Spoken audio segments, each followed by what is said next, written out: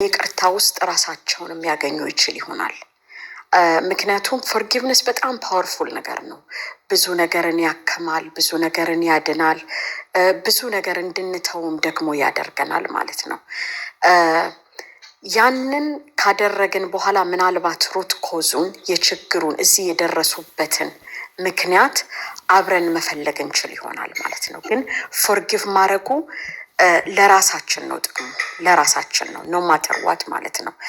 እነሱን እያሰብን ያደረጉብንን ፔን እያሰላሰልን ኤቭሪዴይ እየጎበጥን ከምንራመድ ማለት ነው ይቅር ብለናቸው ከዛ በኋላ ያለውን አብረን ብናይ ጥሩ ነው ብዬ ነው የምለው። ዛሬ ያው ትንሽ ቶፒኩ በጣም እየሰፋ ሄዷል። ምክንያቱም ዊስታርት ስለ ፎርጊቭነስ ነበረ እያወራን የነበረው፣ ግን አሁን ደግሞ ይሄ ወደ አልኮል ምናምን ውስጥ ብዙ ገብተናል እና ዊ ሃቭ ቱ ፎርጊቭ በቃ ለራሳችን ስንል ልክ ክርስቶስ እኛን ይቅር እንዳለን ማለት ነው ይቅር ማለት መማር አለብን። አለበለዚያ ከባድ ነው ለእኛ የሚሆነው፣ ለእነሱ አይደለም። ባይዘዌ እነሱ አያውቁትም፣ በፎርጊቭነስ ውስጥ ያለውን ነፃነት አያውቁትም። እኛ ግን ዊ ዲዘርቭ ፒስ፣ ለእኛ ስለሚያስፈልገን ነው። እኛ ይቅር የተባለ ሰው ደግሞ ይቅር ማለት ይችላል፣ ያውቅበታል። ምክንያቱም እኛ እግዚአብሔር በብዙ ምሕረት እያደረገልን ነው ኤቭሪዴይ ማለት ነው እንጂ ስንራመድ ስንሄድ ብዙ ስህተቶችን እንሰራለን አዘ ሂውመን ማለት ነው። መጽሐፍ ቅዱስ ሲናገር ብዙ መከራ አለብን፣ በዓለም ሳላችሁ ብዙ መከራ አለባችሁ ይለናል ማለት ነው። ስለዚህ እግዚአብሔር ግን በዛ መከራ ውስጥ ኢቨን ስናልፍ፣ በዛ ችግር ውስጥ ስናልፍ፣ ስንወድቅ፣ የሆነ ስህተቶች ስንሰራ ማለት ነው ትቶን አይሄድም። ኖ በድላችኋል በቃ ስለዚህ ዳሴት አይለንም። ሂ ጊቭስ ሰከንድ ቻንስ፣ እጁን ይሰጠናል፣ ያነሳናል።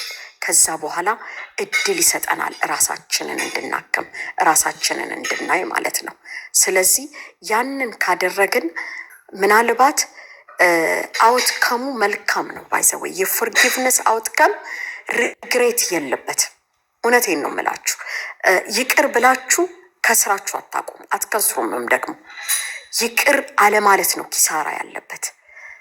እኔ ቅድም አንድ እንደውም ሲሚለር የሆነ ስቶሪ ቅድም አይ ቲንክ ሰምበዲ ሲናገር የማውቀው ስቶሪ አለ፣ በቅርብ በማውቀው ሰው ማለት ነው። እና በጣም የታወቁ ሰዎች ነበሩ እና ባልና ሚስቶች ወደዚህ አገር ከኢትዮጵያ መጥተው የራሳቸው ቸርች ከፍተው በጣም ጥሩ ሄደው ነበረ ማለት ነው።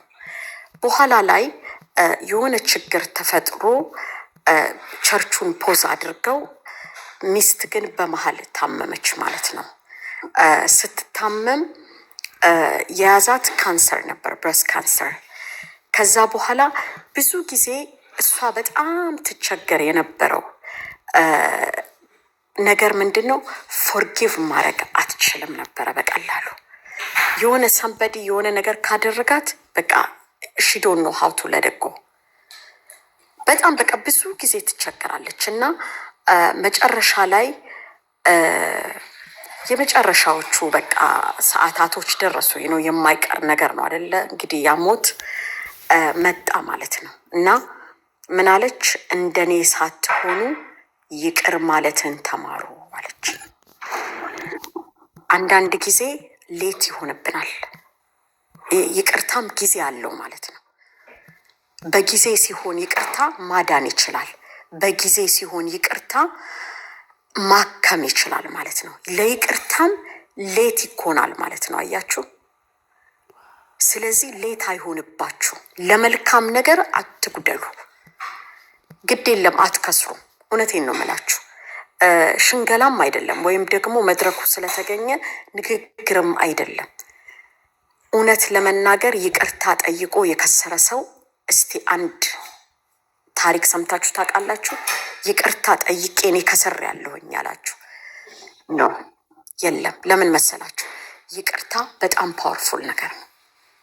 ይቅርታ የደነደነ ልብን ማለት ነው ልክ ቀላል ያደርገዋል፣ ያላለዋል፣ ይከፍተዋል፣ እንዲሰማን ጆሮ እንዲኖረው ያደርገናል። ስለዚህ you have to forgive። the forgiveness is the best thing we can do ለራሳችን ማለት ነው። ብዙ ጊዜ ሰዎች ለሰው ብቻ አይደለም ፎርጊቭ የማያደርጉት ባይዘው ለራሳቸውም ጭምር ነው። ስለዚህ እስቲ ዛሬ ከራሳችን ይቅርታን እንጀምር፣ ራሳችንን ከመጠየቅ ማለት ነው። ብዙ ራሳችንን ስሜት ኢግኖር ያደረግንበትን፣ ራሳችንን ያላዳመጥንበትን፣ ራሳችንን ቫልዩ ያላደረግንበት፣ ስሜቶቻችንን ያልሰማንባቸው ብዙ ነገሮች ራሳችንን we take it for granted በቃ እንደማንረባ ራሳችንን የቆጠርንበትን ቀናቶች። ስለዚህ we matter። ስለዚህ we have to start from ourselves ማለት ነው። we have to forgive ourselves. we have to let it go that pain that grudges በቃ we have to let it go። ልክ የቆሸሸ ውሃ አይታችኋል? ዝም ብላችሁ ንጹህ ነገር ስትጨምሩበት ማለት ነው እየጠራ ያንን የደፈረሰ የቆሸሸ ነገር እንደሚያጠራ ማለት ነው። ይቅርታም የተበላሸን ነገር በቃ የሆነ ነገርን እያጠራ የመሄድ ፓወር አለው። እያከመ የመሄድ እያዳነ የመሄድ እንድንጥል የሚያደርገን። ስለዚህ forgiveness is very powerful። ለኛ ለክርስቲያኖች ደግሞ ይቅርታ ኔጎሽየብልም አይደለም፣ ኔጎሽየት የምናደርግበትም አይደለም። ምክንያቱም የመዳናችን ማስተር ኪ ነው forgiveness። ስለዚህ ምንም ምርጫ የለንም ይቅር ከማለት በስተቀር ማለት ነው። ምክንያቱም ይቅር ተብለናል። ሳንወደድ ክርስቶስ ወዶናል። ሳንመረጥ ተመርጠናል። ብቁ ሳንሆን ብቁ እንድንሆን አድርጎናል ማለት ነው። ስለዚህ we have to forgive። ይሄንን ነው የምለው። አስቱዬ thank you። እሺ ጋቢዬ በጣም እናመሰግናለን። መቼም ያው በብዙ እንባ ነው የሰማሁት እያሉ ነው ውስጥ ያሉት የሚጽፉልን። ይሄ መቼም አንዳንድ ጊዜ እግዚአብሔር ሰዎችን ተጠቅሞ የሚናገረን የእግዚአብሔር ድምጽ ነው። ወገኖቼ ለእግዚአብሔር ድምጽ ምላሽ ስጡ። እግዚአብሔር በአንድም በሌላም ይናገራል፣ ሰው ግን አያስተውልም ይላልና ቢፎር ኢስ ቱ ሌት እግዚአብሔር ድምጽ ነው። በቃ በዚህ ሚዲያ ላይ እየተናገረን ያለው እግዚአብሔር ነው። ለዚህ ድምጽ ምላሽ ስጡ። በቃ የኔ ኢንቪቴሽን ይሄ ነው። የእውነት ብዙ ተበድለናል። አዎ ብዙ ተጎድተናል። አዎ የሰጠችው ያነሳችው ቴስቲሞኒ ራሱ ይቅር ለማለት እንኳን ጊዜ አልነበረም እና በጣም የሚገርም ነው። እግዚአብሔር ልባችሁን ይፈውሳል። ያላችሁበትን ሲቹዌሽን እግዚአብሔር ይረዳል ከኛ ይልቅ። ግን ይቅርታ ምርጫ አይደለም። በቃ በረከት ያለው ማሸነፍ ያለው መውጣት ያለው በይቅርታ ውስጥ ነውና እባካችሁ ይቅር በሉ። ይሄ ነው ሜሴጃችን። ጋቢ እግዚአብሔር ዘመንሽን ይባርክ። እሺ እኔ ማለት የምፈልገው እዚህ ጋር በሁሉም ሃይማኖት ዙሪያ ላይ እስከምንሰራ ድረስ በሁሉም በሙስሊሙም ፋሚሊ ውስጥ የምትኖሩ ይቅርታ ማለት ለሁላችንም ነው። የሁላችንም እግዚአብሔር ነው የፈጠረን። የእግዚአብሔር አብ ወልድ መንፈስ ቅዱስ ፍጥረቶቹ ነን። ስለዚህ ለሁላችንም ይቅርታ የምናደርገው ለራሳችን እስከሆነ ድረስ ይቅር ተባብሎ ትዳርም ፈርቶ ወደ ሌላ ትዳር መሄድም ምንም መፍትሄ የለውም።